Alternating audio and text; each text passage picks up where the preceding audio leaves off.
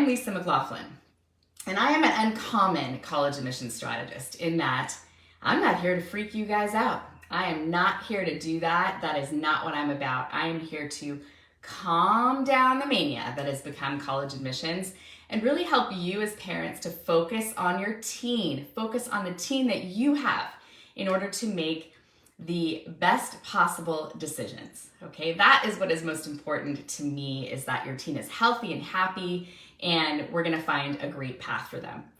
My sort of mantra for what's gonna take place in January, I'm gonna be live every Friday morning at 10 a.m. Pacific, 1 p.m. Eastern. I realize that a lot of you work. I work too, obviously, and so I get it. But watch the replay, okay? All you have to do, and this is really important because we're having some problems with this little Facebook thing right now.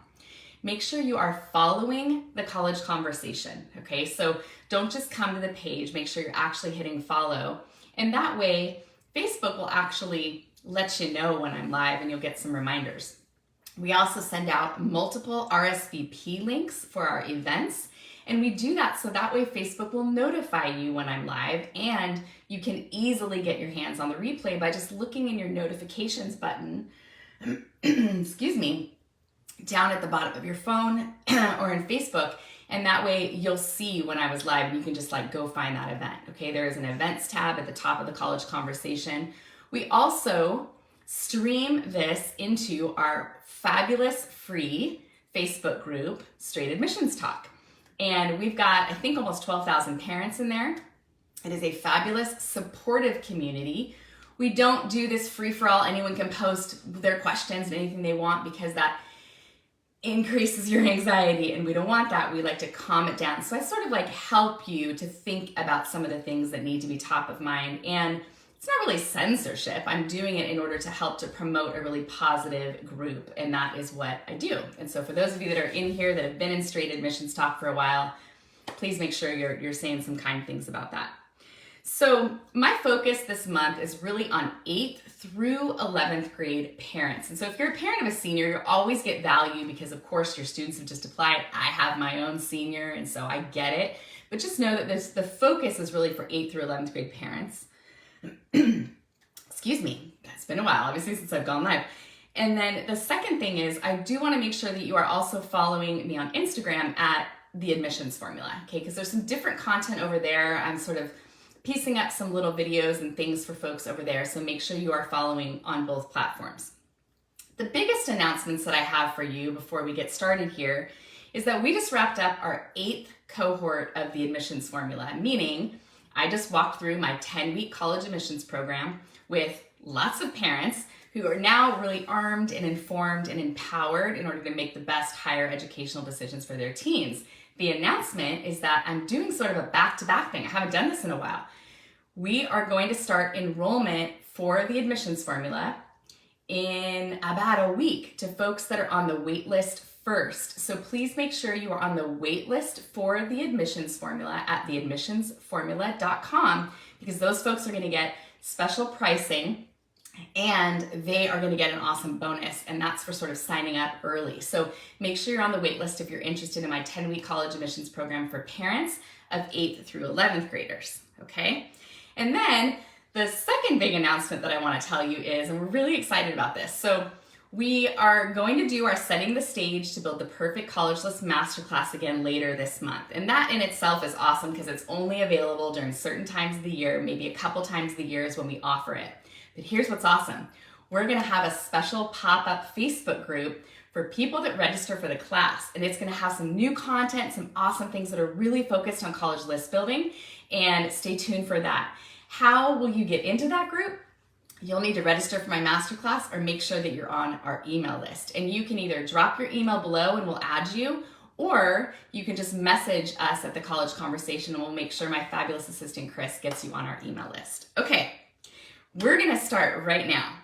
We're gonna talk about 5 college admissions trends that parents need to watch, must watch in 2023. And I'm gonna tell you they are the 5 main trends that I am actually watching as a college admissions expert and strategist. And I'm gonna share with you what you need to think about for your future applicant. So go ahead and drop in there the teenager that you have that you're thinking of right now. Pick your favorite one, just kidding. Pop that right now in the comments and let me know what grade level they're in. I would love to know that. So the number one trend that I am watching, that I don't think is like rocket science or anything, but I think it's important. The number one trend right now that I'm watching is the fact that application numbers are on the rise, and they will continue to rise due to how easy it is right now to apply to a lot of colleges in terms of the Common App. We'll talk about that. And there is a belief, and it is a trend, that folks are thinking that applying to more colleges is better, that by applying to more colleges, you're gonna hedge your bets and you're gonna have more of a chance of getting in. We're gonna talk about this right now, okay? So that's the number one trend. Application numbers will continue to rise due to the ease of applying to more colleges and the belief that more is better. So let me start with the big one, a question that a lot of folks have. Why is it that the numbers are rising?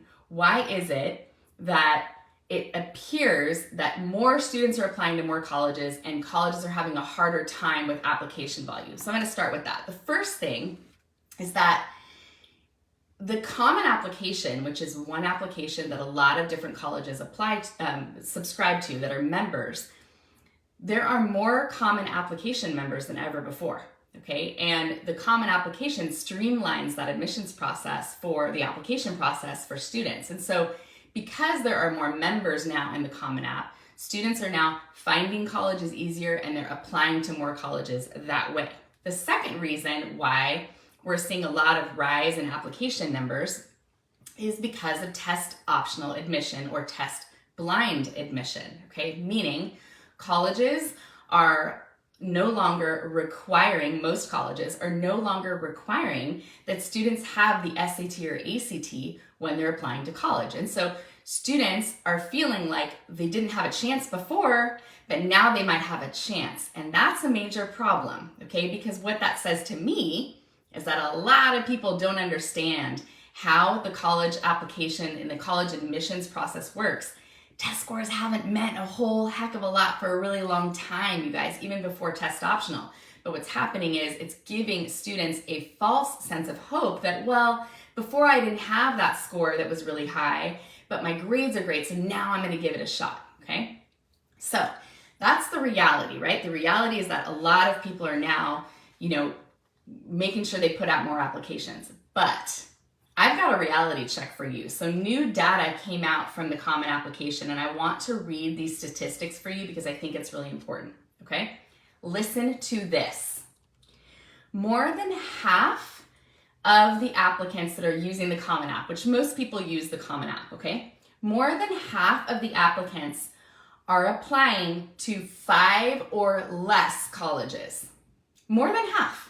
Okay, so you tend to hear, well, everyone's applying to 10, 20, 30 colleges. You guys, it's not everyone. It's not everyone. And this is well researched and well documented, okay?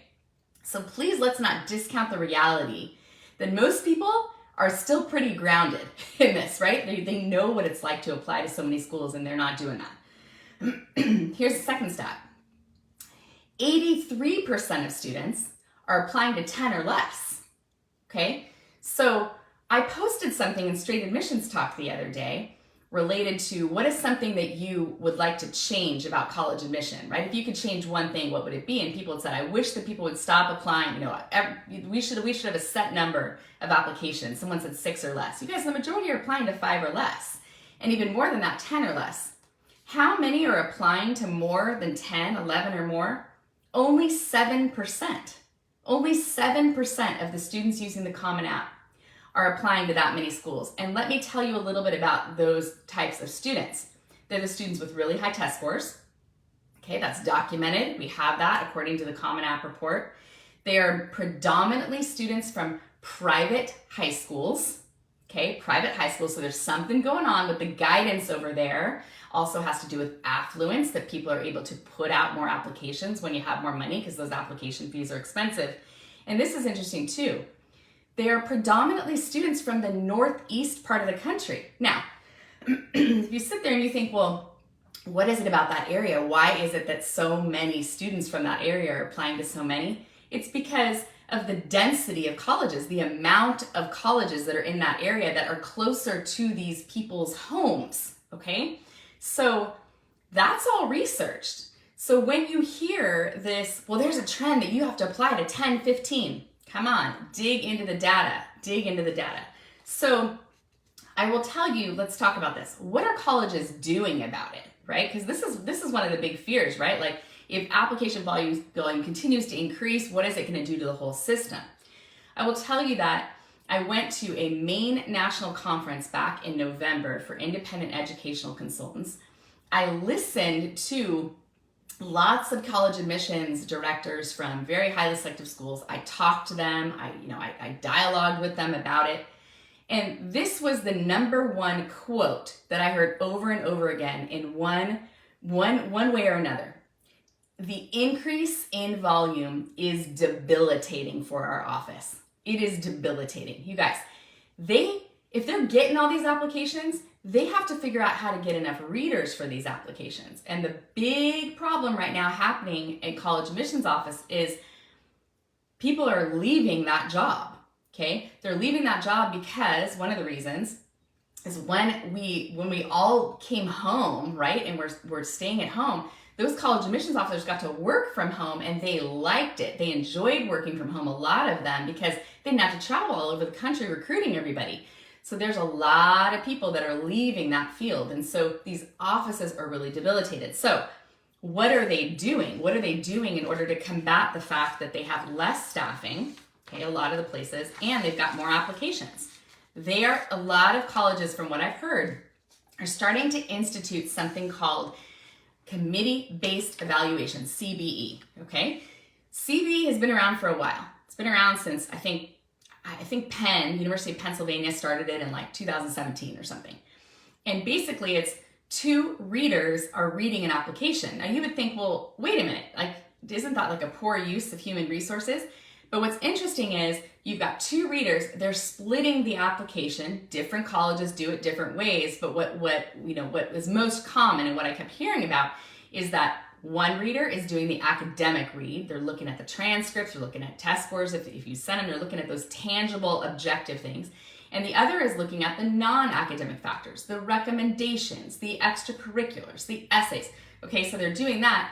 And then they're just looking at that and they're talking about it and making a decision. And what we've been told is that they're able to do it so much more quickly, okay? What is another reason a lot of colleges are moving to this committee-based evaluation? Because a lot of our kids are going through a lot of mental health issues and they're writing about challenging things, and it's taking a mental toll, an emotional toll on these readers.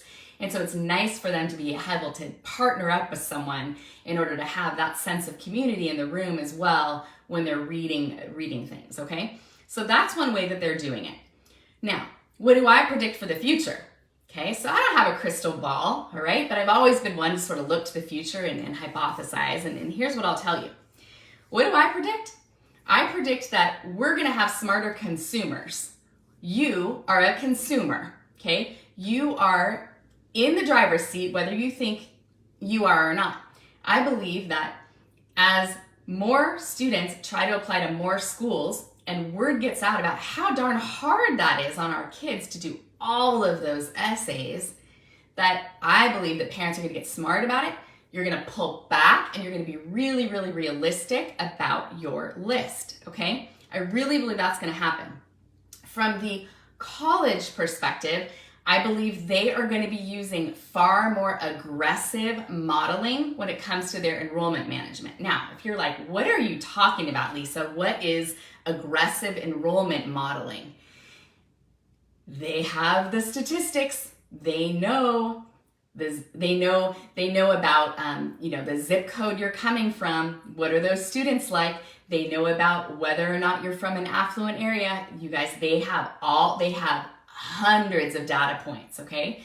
And so they're going to be doing more aggressive modeling in order to ahead of time figure out which kind of area, what kind of student, what kind of high school is going to make a stronger applicant, for our school? Which ones are most likely going to land here? Which ones are most likely going to accept our offer? That enrollment modeling is going to get way more aggressive, okay?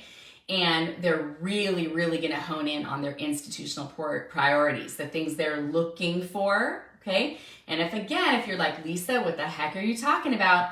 You need to get on my wait list for the admissions formula, because I teach you all about the fact that colleges are businesses and how can you sort of hedge your bets a bit by looking and seeing what colleges are really looking for. Do you fit them? Do they fit you? It's a match, okay? So those are just some things that I think is going to happen. And the other thing is, I really believe that there's going to be some more objective factors that colleges will use in a pre-reading. And I believe it's the only way they're going to be able to get through all of this huge volume in applications. That is what I believe. So, for a really long time, if you were to ask a college, what's your cutoff for the SAT, or what's your GPA cutoff, or how many AP classes are you really looking for if my school offers this many?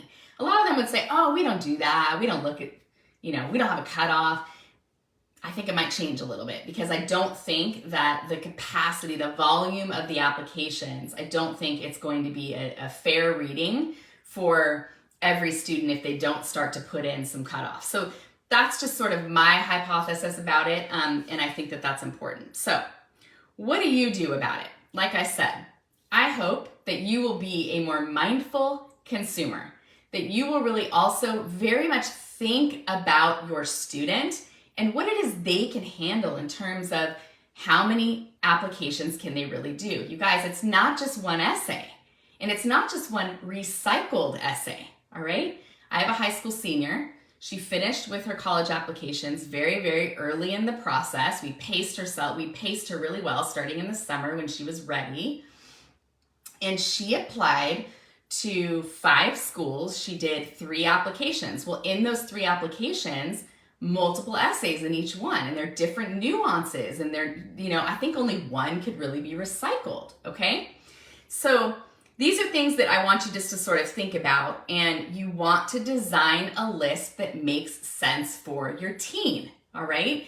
And if you have not gone to my Setting the Stage Masterclass that I'm going to have at the end of the month of January, make sure you come. And registration for that will be coming in a couple of weeks, okay? Don't over-apply. Don't over-apply to these schools that have admit rates of 25% or less. Now, you might be thinking, well, wait, if there's so many more applications, isn't it so much more competitive? Like I said at the beginning, just because more students are applying doesn't mean they're better applicants. Doesn't mean they're better applicants, okay? And it could be that they're students that really aren't ready. They're not prepared, and when a college goes through that holistic review, they're going to, go through and use the factors that they normally do when they're picking students in order to find the students that are the best fit for their schools, okay? So that was my number 1. Number 2, another thing is on the rise, and that is that there is a rise in the number of students that are using early application plans to colleges. There are more students applying early decision. There are more students applying early action. If you're like, what's the difference? I'm going to tell you. So some colleges, not all, and predominantly private colleges, but there are some publics, everything's nuanced, okay? They will offer different types of application plans. Early decision means that your student, your family, is deciding for your teen to apply to one college early decision, and it is binding. What does that mean? That means if your student gets into that school ED, early decision, they must attend. They must attend. It's a binding contract, okay? It's only a little nuances for your teen to get out of it, but it's not one that most of you will be able to do. So it's a binding contract. Early action means the student applies early, and these deadlines are usually November. Some of the southern schools, they're in October. If you apply early action and you get in, great. You have one in your back pocket. Don't worry about it. You still have all the time in order for your teen to decide. What's happening is more students are applying using these early plans. Now, who are these early students? They're the students that are more well off. They're the students that often have a counselor that's working alongside of them. They're the students who really are more tactical in their strategy. Frankly, they're all of my clients, okay, are using either early decision or early action or a combination of both. So what's important here, and this is an interesting stat, I saw this as well, I want to read this to you. Who are the early decision candidates? About 61% of the domestic applicants for early, okay, the students from the United States that were applying early, lived in the most affluent 20% of zip codes in the nation. Okay, why is that? Well, because financial aid is often not, like if you really, really need financial aid, okay, and especially if you're looking for merit aid, early decision cannot be a good idea for your team because they may not get it, okay? We're not going to talk in this Facebook Live about the fact that you can't chase prestige and merit. Write that down. You cannot chase prestige and merit, okay? But that's one of the things, and this was interesting too. Fewer than half of the students in this cycle for early decision reported test scores, okay? And that, I believe that test optional thing is still gonna go. So why, the other piece of these early plans that I want people to hear is this. Not only are more students applying early decision, but this is really tricky. Colleges are accepting a higher percentage of students in the early round for their pool. So in other words, let's say, and this is low, but let's say that they have 1,500 spots, okay, available for their freshmen. They're filling up at least half in their early round, okay? What does that mean? Well, if 50% of the spots are taken and it's binding, remember, 50% of their seats are going to be filled in that early round, then only half is ready, half is available for all of the other students that are applying in the regular round. Okay, does that make sense? But if this makes sense. So why is this important for you? Well, you need to really think tactically about the value of applying in an early round, okay? Because, and we're talking about early decision, okay? So if a college is offering early decision and half of their seats are gonna be taken because they're gonna accept students in that early round to fill the seats, then you gotta think about how darn competitive those schools are gonna be in the regular round, okay? That's a strategy and something you need to think about and something I absolutely think about and talk to my clients about when we're going through it, okay? Why is it that colleges are doing that? Well, yield, meaning colleges put out an admissions offer. They say, hey, please come to our school. Congratulations, you've been accepted. The yield is what percent of those students say, yes, I accept your offer. Well, yield has been impossibly hard to predict, especially since the pandemic. It's just been crazy for these colleges. And so by applying early decision, when you say, I promise I'm going to go to your school, okay, then it's easier for the colleges to say, well, wow, this is a really good applicant. You know, they fit what we need. This is what we're looking for. We're going to accept them. Now we've got that, right? Now we're going to help to improve our yield, okay? So what do I think is going to happen? Well, we're in this great recalibration, right? From the last 3 years of chaos. And May 1st of this year, when students need to say whether or not they're going to go to their specific school of choice, I believe this is going to be a great, great indicator of whether or not we have recalibrated, we've gone back to the norm in terms of yields, because the yields have been really, really hard for colleges to predict because of COVID, because of all of these different things. And so now colleges, this is a really big year for them. It's a really, really big year for them in order for them to evaluate, okay, are we back to the norm? Are our yields back where they were? Or, oh my gosh, are we still trying to figure all this stuff out, okay? So part of my prediction here is that, and I guess advice, is that your team really does need to take a good look at colleges that are offering early decision, that are offering early action. I'll also say, just from a mental health perspective, I find that those plans are really, really great for students, because students will have decisions usually by the holidays, sometimes in January, okay? And that way they can kind of they either get rejected right away in a lot of times, which might sting at first, but it's kind of nice because then they can really fall in love with other schools that really want them.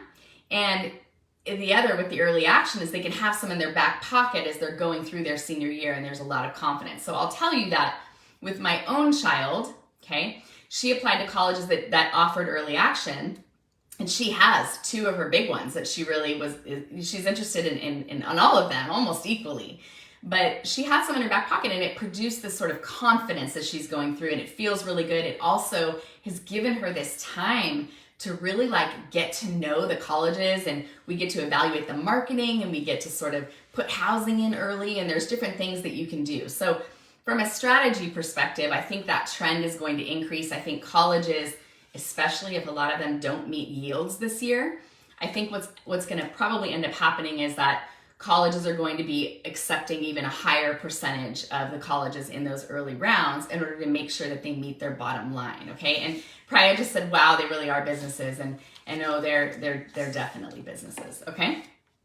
Okay, so number 3. So this is one that I want to talk about, and I want to be out in the open about this also with my own philosophy and my own beliefs. And what I tell you if you're brand new here is that, you know, college admission is very values based, and you should, I believe, listen to people who are aligned to you in this space, so that way you can cut the noise. I think that's really important. So I'm gonna make sure I talk about this.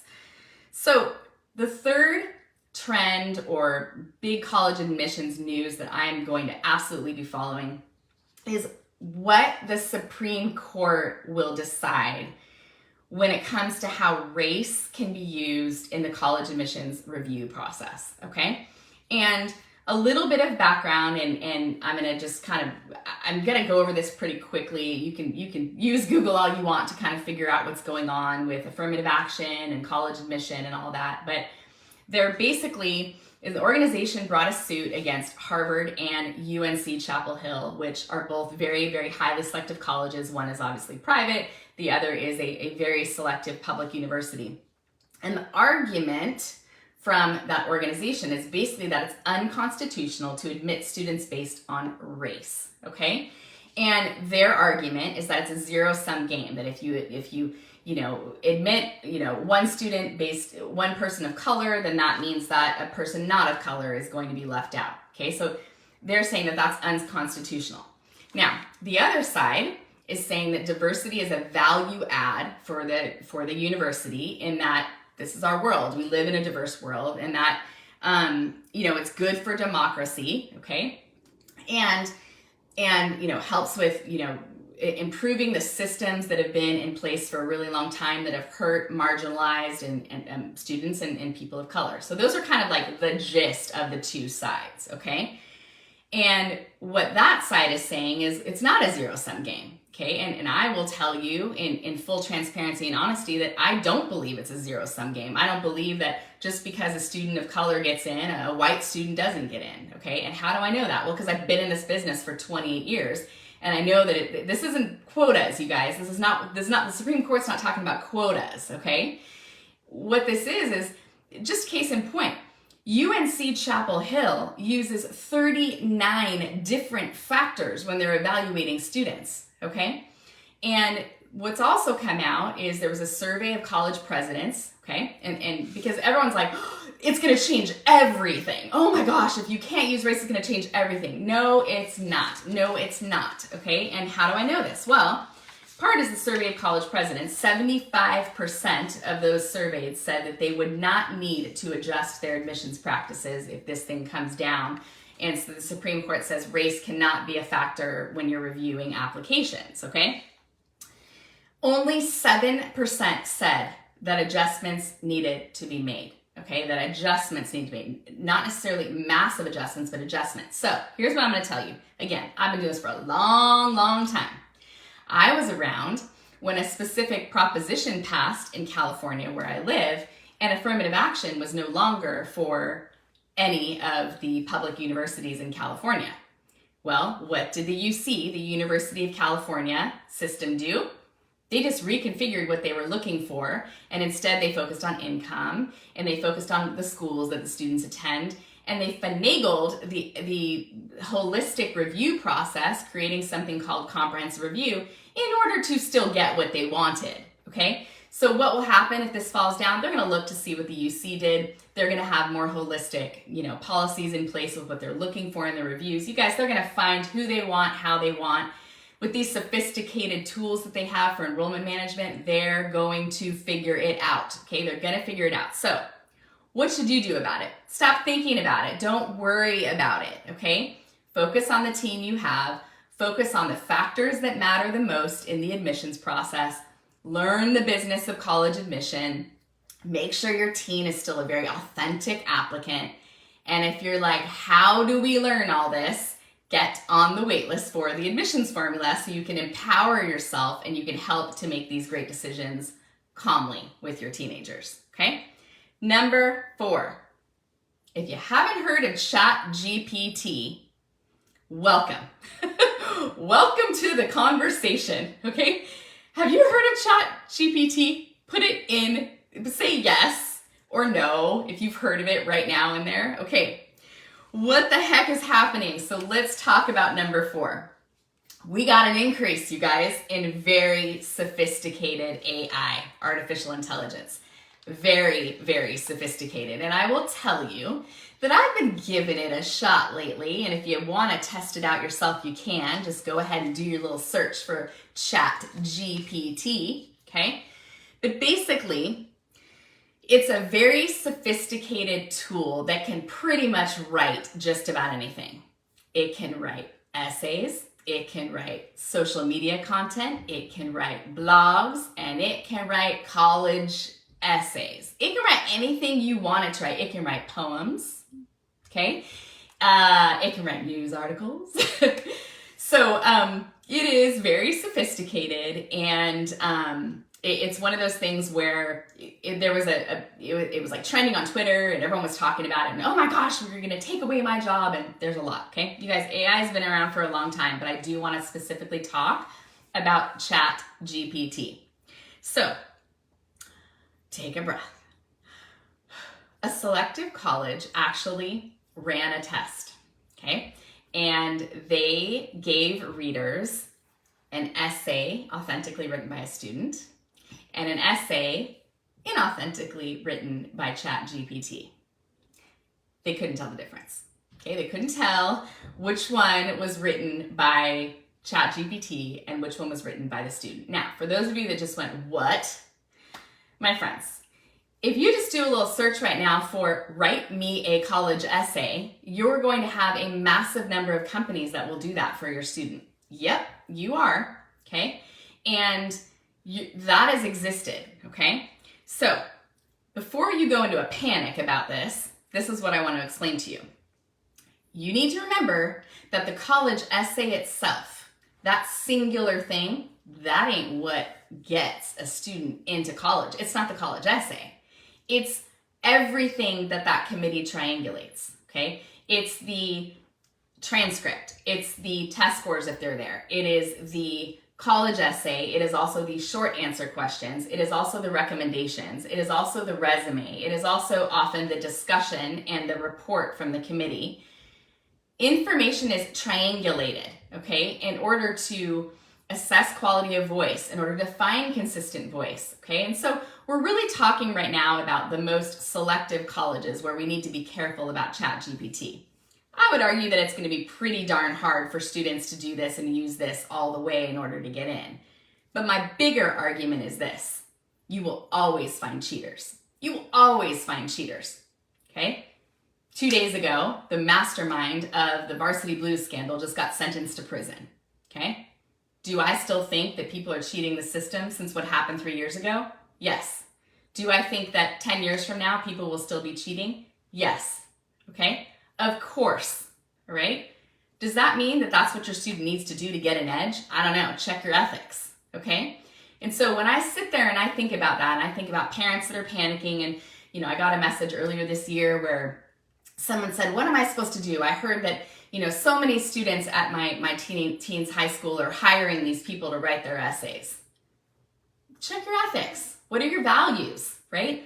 What does that show your teen? Is that what we do now? We're just going to cheat in order to help our teens to get ahead, and then what? Are they just going to constantly cheat their way through life? All right?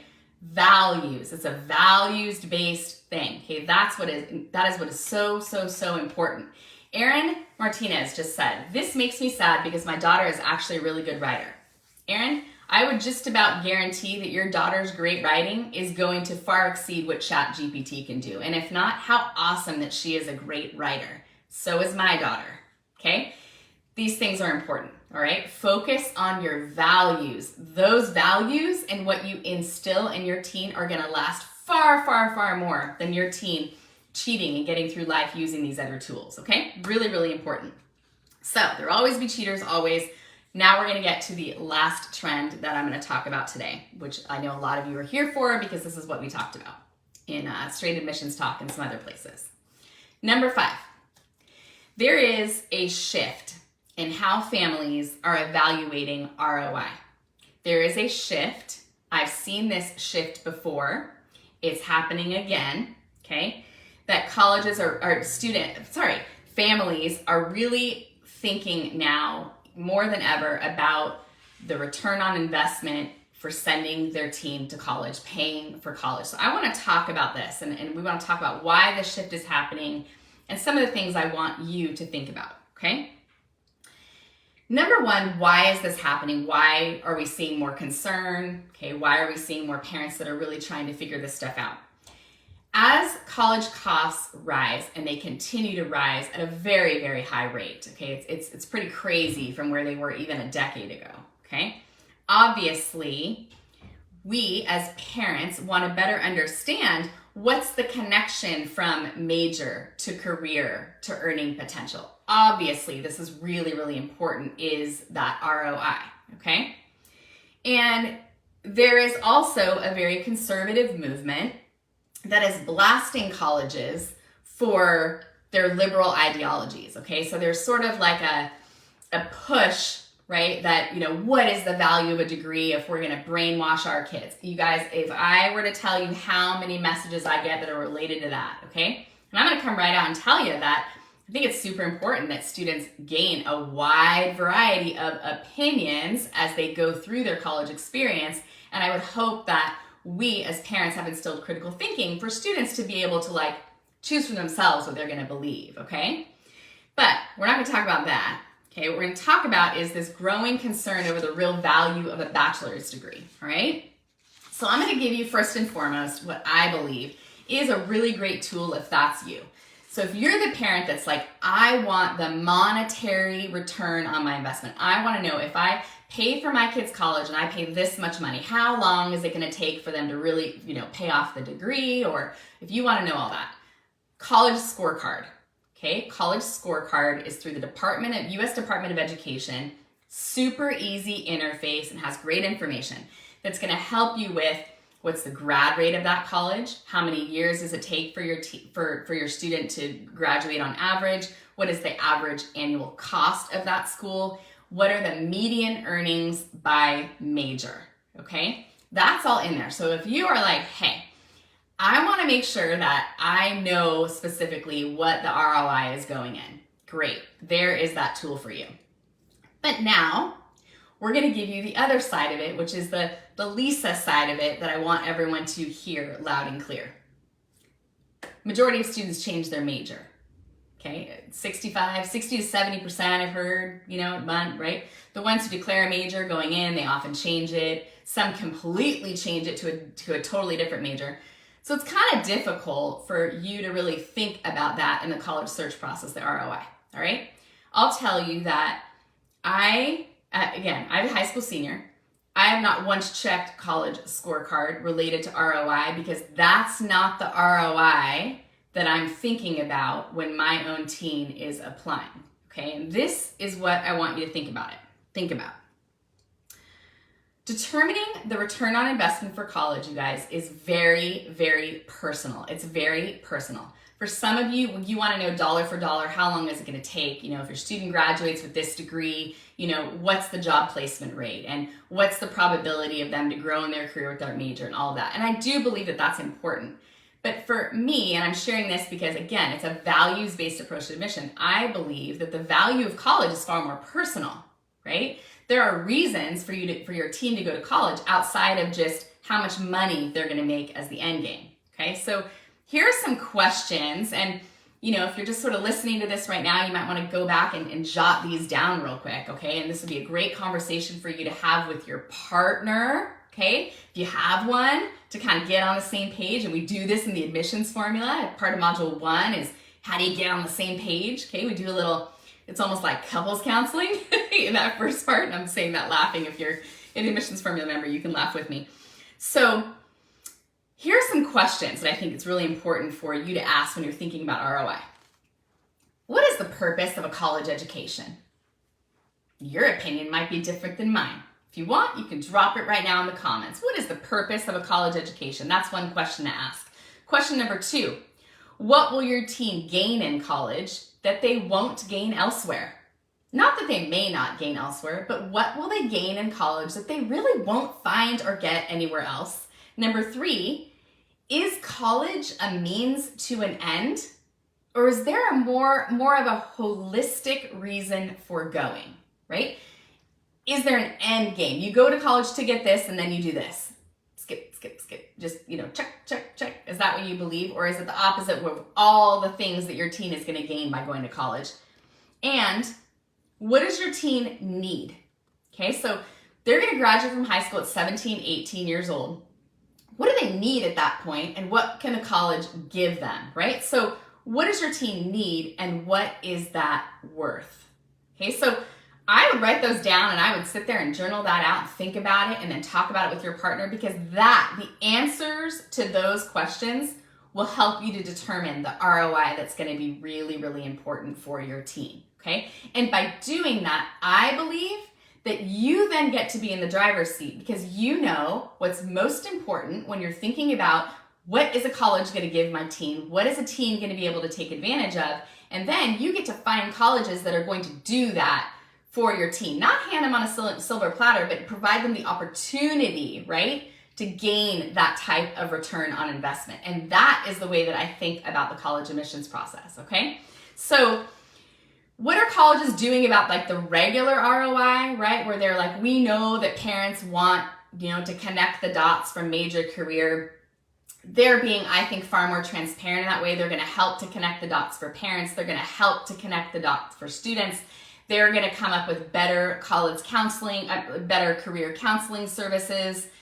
And what I'm also seeing as a trend, okay, is I'm seeing that a lot more colleges are there's more interdisciplinary types of degrees, so that way we're not like pigeonholing. We're not niching kids down too far too soon, so that way there's a lot of opportunity for students to move on, okay, and get a great return on their investment, whatever that looks like, okay? I'm not immune to the fact that, the way, it's sort of interesting, right? So my daughter is interested in marine sciences, okay, but not marine biology, right? And she's not necessarily interested in going on a boat and doing all of this research, okay?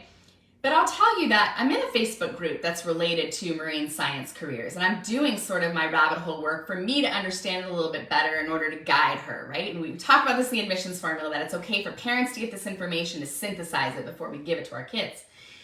And I'm alarmed. I'm alarmed at the lack of jobs. I'm alarmed at the low-paying jobs, or I should say I was alarmed, okay?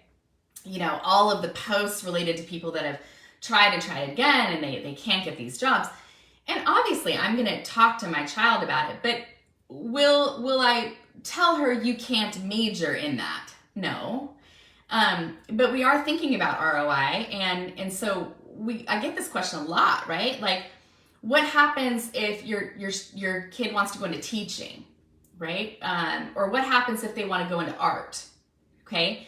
Where these are professions. Art is a profession, and a profession needs to be studied, okay? And so you as a parent, you're going to support them as much as you possibly can in this, but you're going to make sure you lay out the cards, right? You show your cards. You make sure that you explain to your teen what this is going to look like and who's going to pay for all of it, right? So if you graduate and you get a job where the starting salary is $40,000 annually, what's that going to look like? Are they going to move home? Or where is it that they can live after graduation? These are good conversations and honest conversations that you can have with your child in order to help with financial awareness, right? And understanding, all right? So the ROI conversation is a huge, amazing rabbit hole that I can go down forever, but I hope that I gave you that information to let you know that yes, I understand that it is a trend and a lot of people are talking about it, but I wanted to make sure you sort of heard it from me about what to do about it, okay? So those were the 5 college admissions trends that parents need to watch in 2023. I will be live every Friday at 10 a.m. Pacific here at the College Conversation, and I need your help with something. I need your help. So I have a poll in the Straight Admissions Talk for Parents group where at first I put in 23 different topics that I was sort of noodling on for 2023, and we've narrowed it down, I think, to 6. I need your help. I need you to tell me the one event that you really, really want. So we're going to drop that post in for you here. You have to be a Straight Admissions Talk member to vote, and I hope you will. But join the group, get in there, let us know what you want. We will see you next Friday. Get on the wait list for the admissions formula. Folks that are on the wait list get a special offer for the class that's going to start. The class is going to run from February to April, okay? And it's going to be 10 weeks. I'm going to work with hundreds of parents as we go through this process and help to calm you all down about the college admissions process. Thank you so much for being here, and we will see you next week. Bye-bye.